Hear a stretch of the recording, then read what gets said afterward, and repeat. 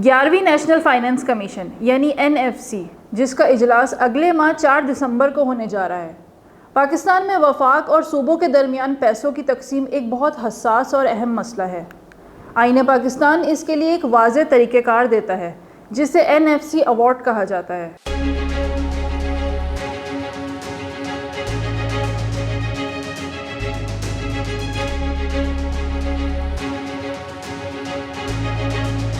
NFC award کے تحت وفاق کی طرف سے جمع کیے گئے ٹیکس کو ایک فارمولے کے مطابق صوبے میں بانٹا جاتا ہے۔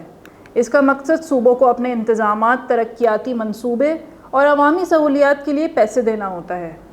لیکن آج کل یہ نظام کافی تنقید کی زد میں ہے اور لوگوں کی نظر میں اس میں تبدیلی کی ضرورت ہے۔ حالانکہ 7ویں NFC ایوارڈ میں کچھ مثبت تبدیلیاں کی گئی تھیں، مگر بحث ابھی ختم نہیں ہوئی۔ اس معاملے پر بات کرتے ہیں سینئر صحافی اور تجزیہ کار، ڈائریکٹر پولیٹیکل افیئر ہماری ویب، رفیق بھٹو صاحب سے۔ جی بھٹو صاحب، یہ جو 4 دسمبر کو اجلاس ہونے جا رہا ہے NFC کا، اس کو آپ کس نظر سے دیکھتے ہیں؟ دیکھیں، ایک بات سمجھنی چاہیے کہ ہم ایک وفاق کی اکائی ہیں، سارے صوبے، چاہے کشمیر ہو، گلگت ہو یا چاروں صوبوں ہوں۔ ہمیں وفاق مضبوط ہوگا تو صوبے مضبوط ہوں گے، کشمیر مضبوط ہوگا، گلگت مضبوط ہوگا۔ اگر وفاق کمزور ہوگا تو ان کے اثرات صوبوں اور دیگر جو اکائیاں ہیں ان پہ بھی ہوں گے۔ 18ویں ترمیم کے بعد اور NFC اکارڈ جو ہوا تھا پچھلا، اس میں کچھ پریکٹیکل خامیاں رہ گئیں جو کہ عمل درآمد کے بعد اب واضح ہوئی ہیں۔ مثال کے طور پہ یہ حقیقت ہے کہ لوگ صوبوں میں رہتے ہیں، وفاق میں نہیں، لیکن یہ بھی ایک حقیقت ہے کہ وفاق ایک علامت ہے۔ صوبائی خود مختاری کہتی ہے کہ کرنسی، مواصلات، خارجہ پالیسی اور دفاع، دنیا کی کامیاب جو پراونشل ایٹانومیز ہیں، صوبائی خود مختاری ہیں، اس میں بھی یہ 4 محکمے وفاق کے پاس رہتے ہیں۔ ہم تو ابھی اس سطح پہ نہیں پہنچے۔ تو یہ جو 4 محکمے ہیں، ان کا خرچہ کون دے گا؟ آسمان سے تو خرچہ نہیں آئے گا۔ آپ کا دفاع، آپ کی خارجہ پالیسی، دنیا کے کونے کونے میں آپ کی ایمبیسیز، آپ کے قونصلیٹ ہیں، ان کے اخراجات کہاں سے آئیں گے؟ صوبوں سے ہی آئیں گے، کیونکہ ٹیکس اب صوبے وصول کر رہے ہیں اور وفاق بہت کم ٹیکس وصول کر رہا ہے۔ جو وصول کر رہا ہے وہ بھی ہر سال جو ڈویزبل پول ہے، تقسیم وہاں سے ہوتی ہے، وہاں سے بھی اربوں روپے صوبوں کو ملتے ہیں جو وفاق FBR ٹیکس کلیکٹ کرتا ہے۔ 18ویں ترمیم کے بعد صوبوں کو یہ حق دیا گیا کہ وہ اپنا ریونیو بورڈ بنائیں۔ پنجاب نے بھی بنا لیا، بلوچستان نے بھی بنا لیا، سندھ نے سندھ ریونیو بورڈ بنا لیا اور اپنے نئے نئے ٹیکسز انٹروڈیوس کیے اور ٹیکس وصول کر رہے ہیں، اور کامیابی کے ساتھ، اور جو ان کو ہدف دیا گیا اس سے بھی کہیں زیادہ وہ وصولی کر رہے ہیں۔ تو ظاہری بات ہے وہ وصولی وفاق کے وسائل سے ہی ہو رہی ہے۔ تو اب کیونکہ فوج دفاع ایک بہت بڑا ہمارا ادارہ ہے اور اس دفاع کی وجہ سے آج ہمارے ملک میں سیاسی استحکام مضبوط ہو رہا ہے۔ جو 2 پارٹی سسٹم تھا اس کا خاتمہ ہو رہا ہے، پارٹیز کی آپس میں ایکویشن ہو رہی ہے، جس کو ہم ایک پولیٹیکل اسٹیبلٹی کہتے ہیں۔ اس پولیٹیکل اسٹیبلٹی کی وجہ سے آج دنیا ہماری طرف دیکھ رہی ہے۔ کئی ممالک کے سربراہ بار بار اسلام آباد آ رہے ہیں، صوبوں میں آ رہے ہیں، دورے کر رہے ہیں۔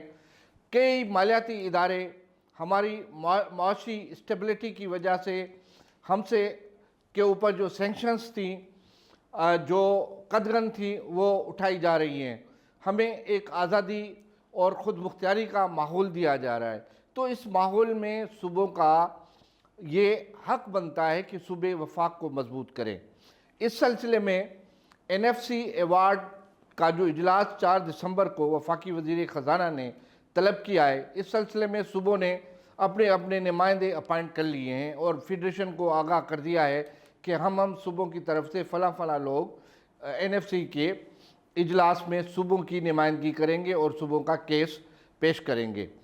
اس میں جو کرائٹیریا فکس کیے گئے تھے لاسٹ NFC میں، مثال کے طور پہ بلوچستان کو ایریا کا ایک ایڈوانٹیج تھا کیونکہ وہ ایریا کے حساب سے پاکستان کا سب سے بڑا صوبہ ہے.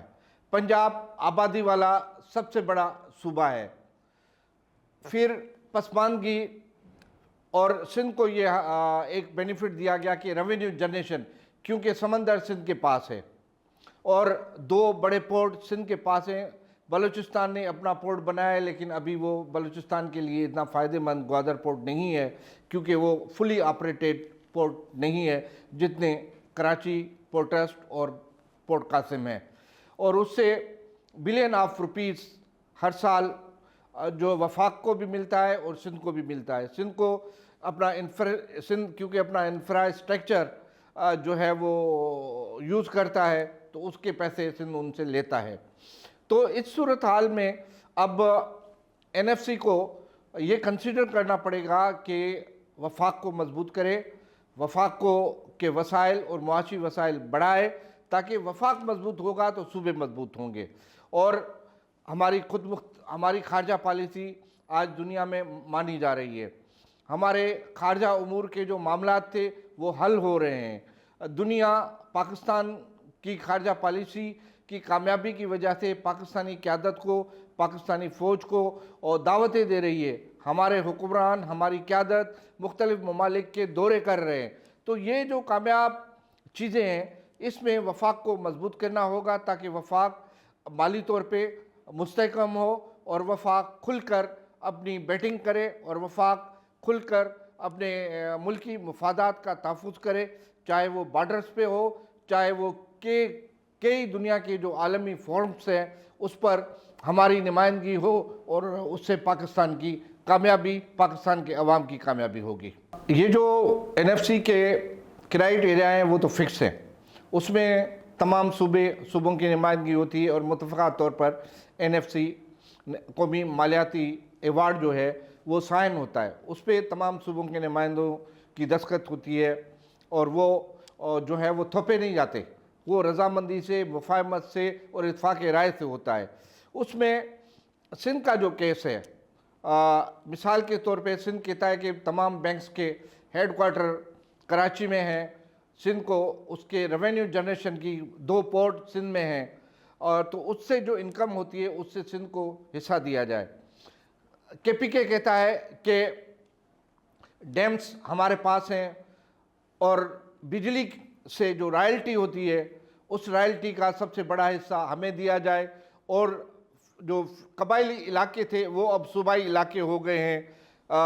فیڈرل جو ٹیریٹری تھی جس کو ہم فاٹا کہتے ہیں وہ آ گئے ہیں اور آپ نے پولیٹیکل ایجنٹ والا نظام ختم کر کے ڈپٹی کمشنر اور ریونیو نظام رائج کیا ہے. تو اس کی انکم بھی کیونکہ وہ اضلاع اب صوبے کے ماتحت ہیں وہ صوبوں کو دیے جائے.